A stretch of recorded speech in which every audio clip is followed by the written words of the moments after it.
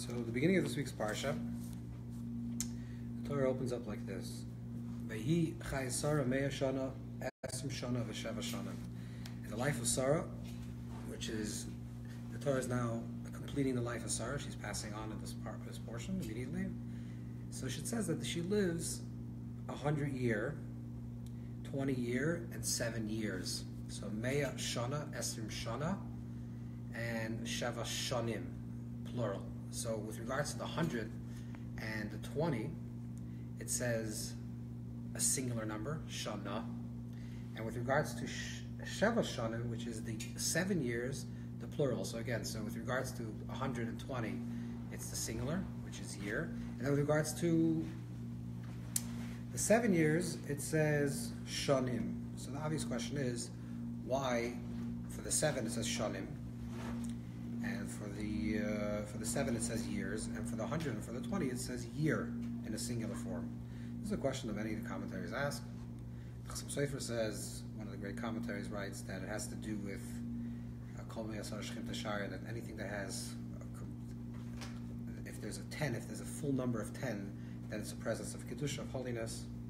But let's see a little bit what the Zohar says and try to understand a little bit how this relates into our lives and how we can make this relatable to our lives.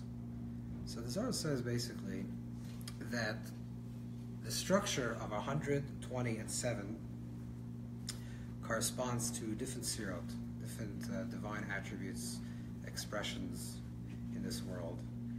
Sheva Shanim corresponds, the 7 years in plural corresponds to the 7 emotional attributes that a person has, which is called the 7 midos, the 7 attributes, internally and on a microcosmic level.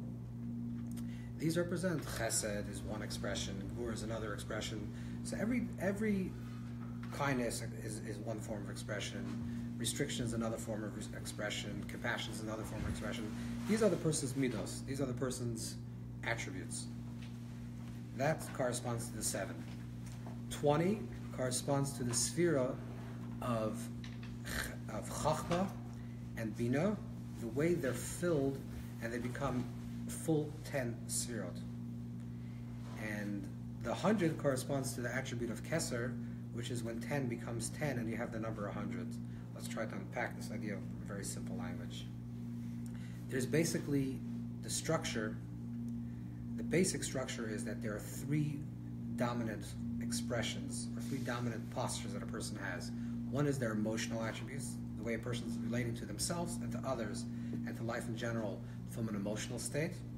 Those are called the 7 sfirot, the 7 emotional attributes. This is one posture.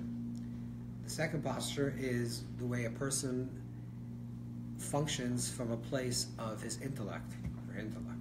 The intellect corresponds, the fundamental idea of the intellect is chachma, which is wisdom. Another form of that we'll say would be like the right hemisphere of the brain, and bina, which is understanding, which would be the left hemisphere of the brain.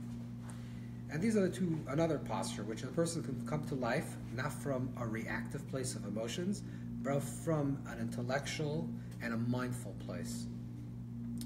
The third, which is the keser,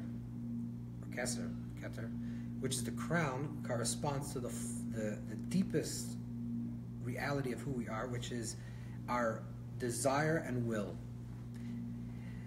So let's understand how this works. Let's say a person comes to life from a place of emotion. A person comes to a place of life of emotion is they're basically living reactively, which means, let's say they're walking down the street and someone insults them. So immediately the reaction of gevura or netzach, power or victory comes into play, and the person reacts accordingly. So if a person insults you or cuts you off when you're driving or something like that, and you're upset, the reactive expression is that you show also anger or upsetness to this other person.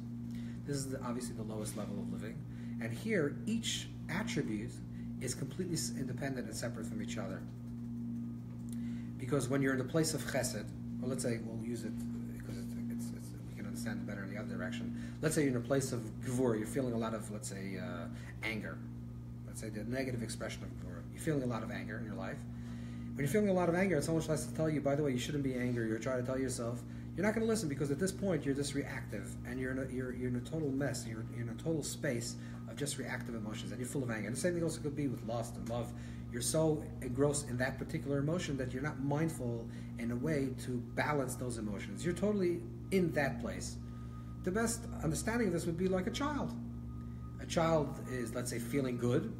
Nothing can stop them. They're feeling the best, and nothing can change that. A child is feeling in a very bad mood. You can't rationalize a child to feel in a better mood. They're not feeling good, whatever. So they're totally stuck in that particular emotion. A higher way of living is when a person introduces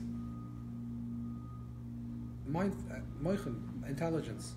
Person introduces intelligence. Then, what you have then is that the sefirot in general are 10. But when the emotions are each one independent, so they're each 7 on their own.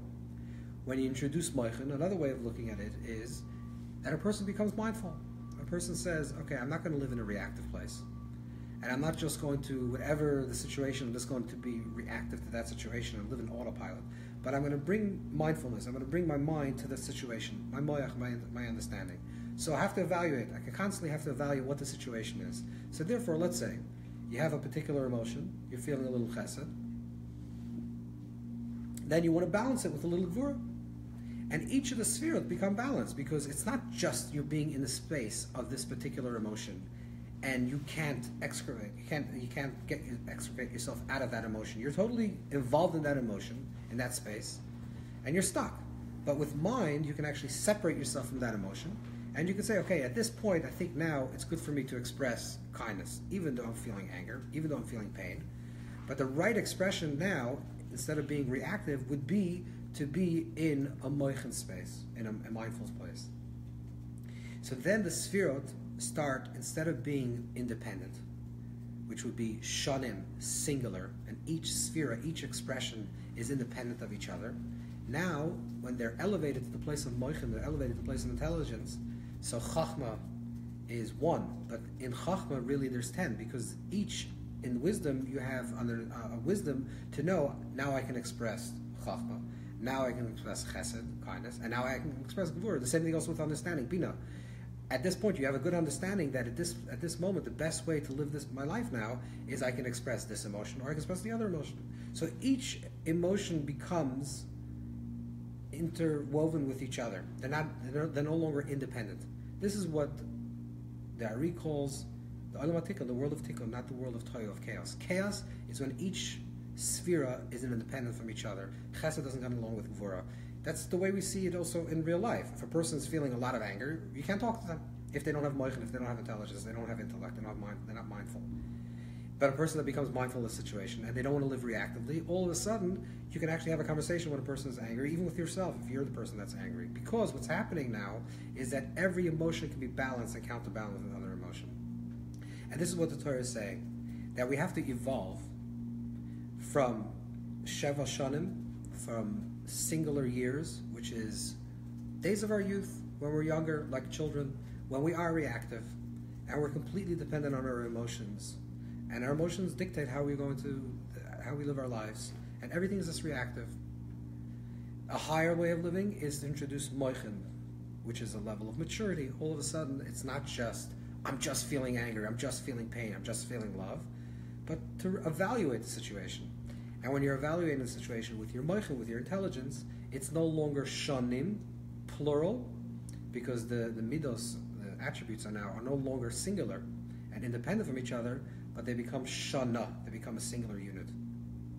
They become one expression, because your mind is dictating to yourself and telling you how you should act.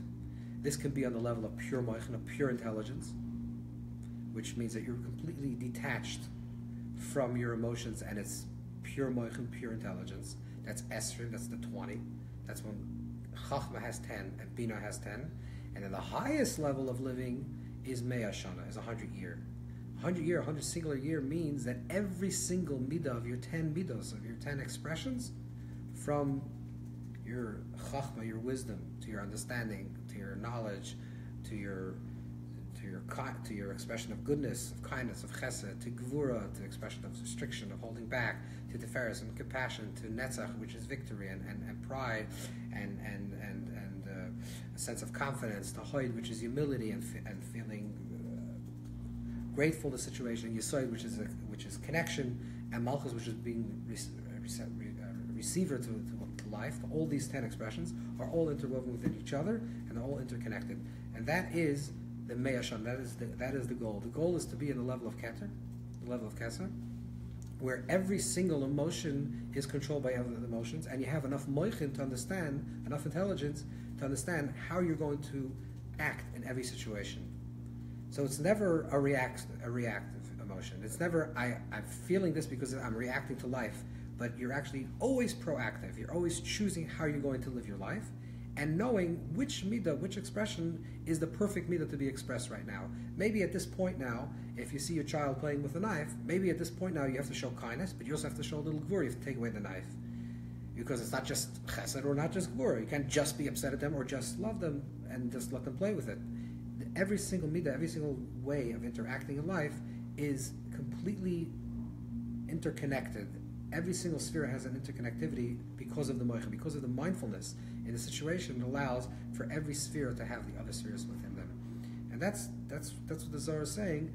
That's why it starts, and it tells us that the years of Sarah's life were not only that she was like a 7-year-old, which is she was a child, and she had many different emotions and many different experiences, and she was reactive, which every child is, but she became more mature. And she became 20, which is a level of moichin, a level of intelligence, which that's what our sages tell us, that at 20, a person becomes full maturity, and the final maturity of mind that a person has, their grasp of understanding of life is reached when a person is 20, until she reached the point of 100, which means that there's a fullness of her entirety that she knew and understood how every single emotion and every single situation demanded which emotion and which expression.